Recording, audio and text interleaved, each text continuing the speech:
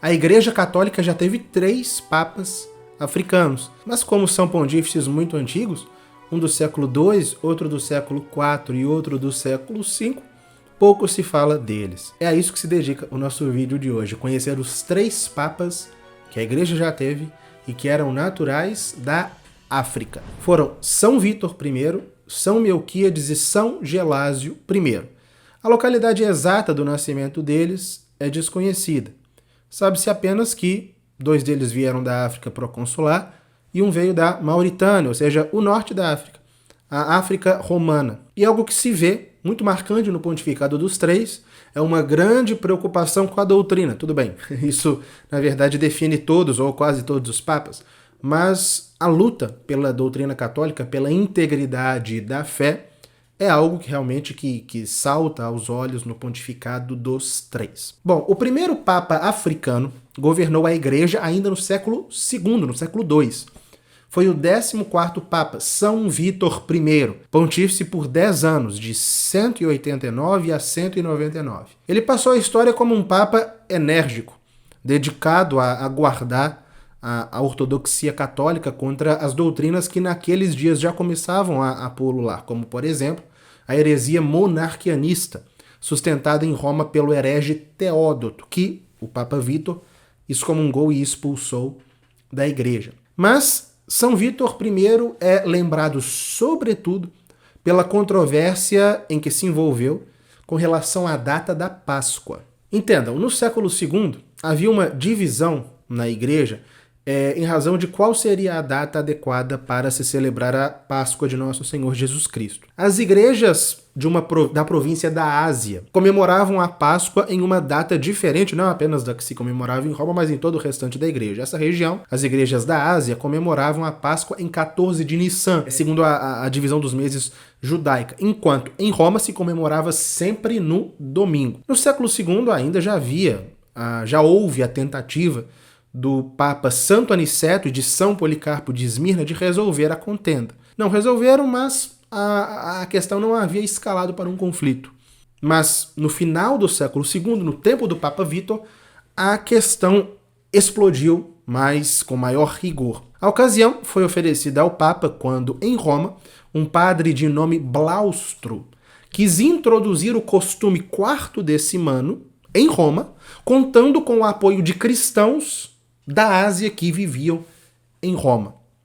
E conforme diz Eusébio de Cesareia, o Papa Vítor examinou a questão e decidiu afastar da unidade comum da igreja todas as igrejas da Ásia e as igrejas vizinhas como heterodoxas porque celebravam a Páscoa de um modo não tradicional. E ele publicou tal decisão por uma carta e proclamou que as igrejas daquelas regiões, sem exceção, achavam-se fora da unidade da igreja. Só que muitos bispos pediram ao Papa que ele não procedesse com tanto rigor. Foi o caso de Santo Irineu, bispo de Lyon, ele próprio vindo da Ásia, ainda que não fosse quarto-decimano. Ele pediu ao Papa que não excomungasse igrejas inteiras por aqui. E ouvindo, o Papa, ainda que ele tivesse autoridade, ainda que ele tivesse direito de jurisdição de fazê-lo, ele abriu mão de usar o seu direito e não procedeu com a excomunhão, ou se nos fiermos a Eusébio, retirou a excomunhão. Ainda que, é verdade, a história tenha dado razão a ele. Afinal,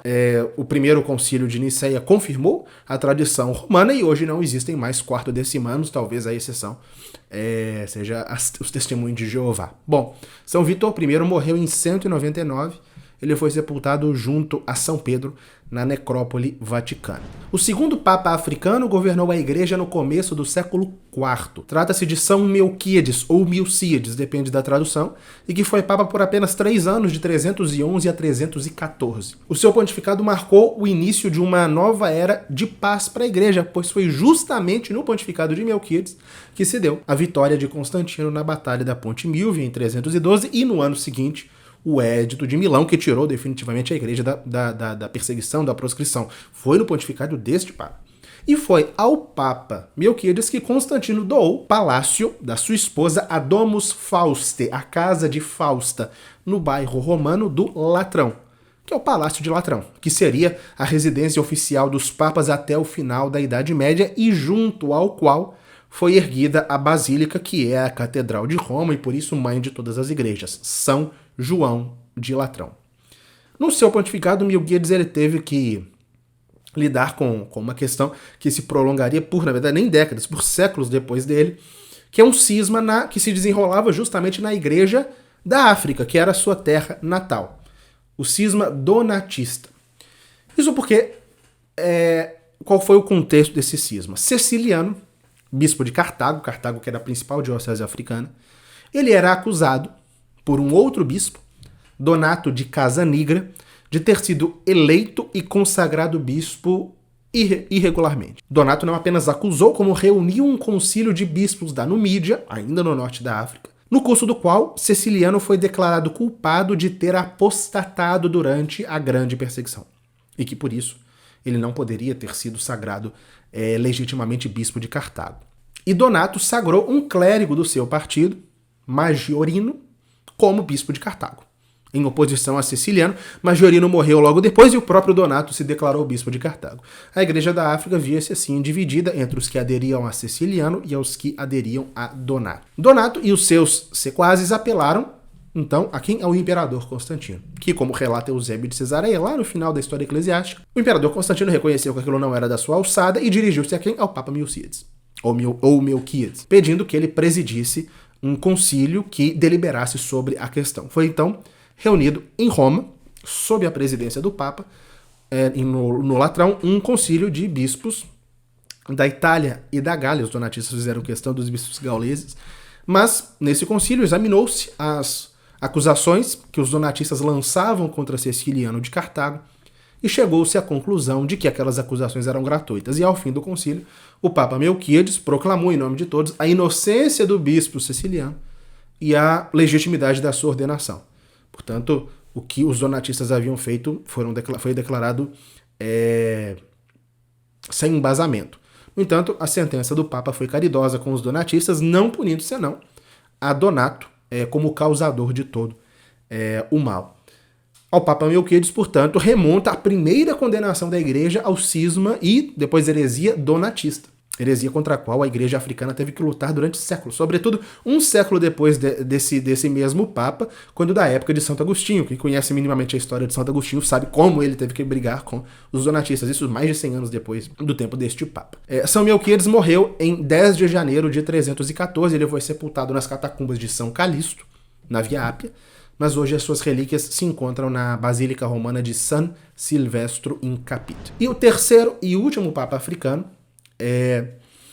governou a igreja no final do século V. Ele foi o Papa São Gelásio I, que se tornou Papa em 1º de março de 492 e que governou a igreja por quase 5 anos até 498. Ele era um homem sábio, zeloso, devoto, dado à oração, dado às conversações piedosas, e mesmo quando foi elevado a pontífice romano, ele viveu na pobreza, na penitência, em meio a austeridades e penitências muito rigorosas.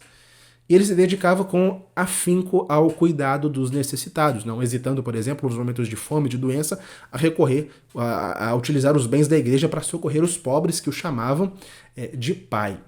Mas este Papa é lembrado sobretudo pela luta que ele empreendeu, pela doutrina da igreja e pela liberdade da Santa Igreja Católica. Isso porque o seu curto pontificado, de menos de 5 anos, neste seu curto pontificado, ele esteve envolvido em uma luta, em um combate que remontava ao pontificado de 2 antecessores seus. Vejam bem, em 482, o imperador bizantino Zenão, querendo reunir os católicos com os hereges monofisistas que negavam a natureza humana de Cristo, decretou um édito chamado enótico, do grego enotikon, que significava acordo, a ser subscrito por toda a igreja. Era uma tentativa de pacificação de católicos com hereges.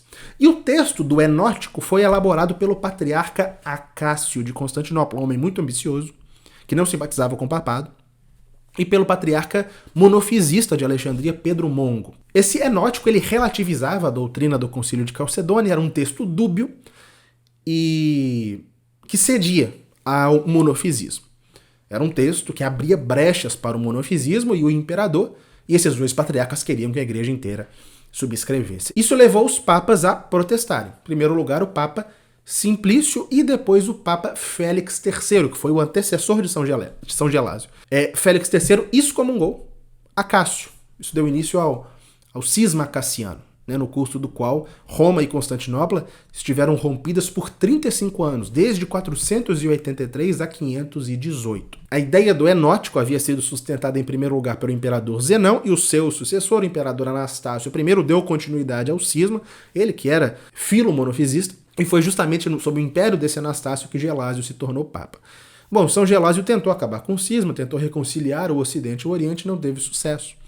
Isso porque o novo patriarca de Constantinopla, Eufêmio, mantinha a postura do patriarca Acácio, e por isso o Papa se negou a comungar com esse patriarca herege, e o imperador que apoiava Eufêmio, insultou o Papa, ou foi desdenhoso com ele, e como resposta, São Gelásio endereçou ao imperador Anastácio uma que eu considero um dos documentos papais mais importantes e decisivos da história, que é a célebre carta, uma carta pequena, Duo Sunt, dois são, documento que, de algum modo, ele fundamenta toda a civilização católica dos grandes séculos medievais. Se nós pensarmos naqueles grandes papas medievais, São Nicolau Magno, São Gregório VII, Inocêncio III, todos eles, de algum modo, devem bastante a esse documento de São Gelásio. Nessa carta do Sunt, o Papa escrevia ao imperador bizantino que são dois os poderes deste mundo: o espiritual, exercido pela Igreja, e o temporal, exercido pelo Império. Diz ele que cada qual tem a competência que lhe é própria. No entanto, acrescenta São Gelásio, como o poder da Igreja tem como finalidade a salvação das almas, o poder da Igreja, ele é hierarquicamente superior ao de todos os reis da humanidade. Isso aí está na base da civilização católica da Idade Média. E São Gelásio era realmente muito rigoroso com a ortodoxia. Ele, por exemplo, mandou destruir livros maniqueus que encontrou em Roma, e ele ordenou que se extinguissem os últimos resquícios de superstições de costumes pagãos em Roma. Por exemplo, ele acabou com a imemorial festa pagã da Lupercalia. E Gelásio foi especialmente lembrado, além disso, pelo seu famoso Decretum, que foi elaborado após um concílio reunido em Roma pelo Papa em 494, que consiste em uma lista de livros aceitos ou não pela Igreja romana. São Gelásio I morreu em 21 de novembro de 496 e foi o último Papa oriundo da África. Os três, portanto, papas muito preocupados com a doutrina e, se pensarmos no que eles representaram, papas realmente muito relevantes para a história da Igreja, para os primeiros 5 séculos de história da Igreja. Nós conhecemos mais sobre o pontificado desses 3 homens, o momento em que eles viveram, a importância que eles tiveram, nas aulas que nós temos a respeito das suas épocas na Escola de História da Igreja. Por exemplo, sobre o cisma acaciano, durante o qual governou o Papa São Gelásio, nós temos uma aula inteira na Escola de História da Igreja, que é a minha escola virtual dedicada à História da Igreja, que está com as matrículas abertas. Bom, eu creio que poucas coisas demonstram mais a origem divina da Igreja do que a perpetuidade do papado. A sucessão dos papas, ela é, na minha opinião, uma prova histórica, uma prova palpável do cumprimento das promessas de Cristo. E pensando nisso, nós elaboramos um pôster com todos os papas, impresso em alta qualidade, papel tecido de 50 por 64 centímetros. Nós criamos esse pôster recentemente, no início de abril, mas decidimos atualizá-lo com a eleição do novo Papa. Por isso, nós estamos abrindo novamente a possibilidade de adquiri-lo.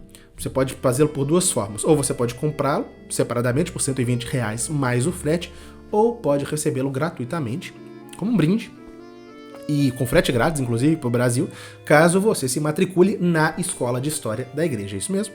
Você fazendo a sua matrícula na escola, você vai receber esse pôster de graça, incluindo o frete, para todo o Brasil, e essa condição será válida somente até meados de maio, agora de 2025. Na descrição do vídeo e no primeiro comentário, você encontra os meios, os links para aquisição, né, das 2 formas.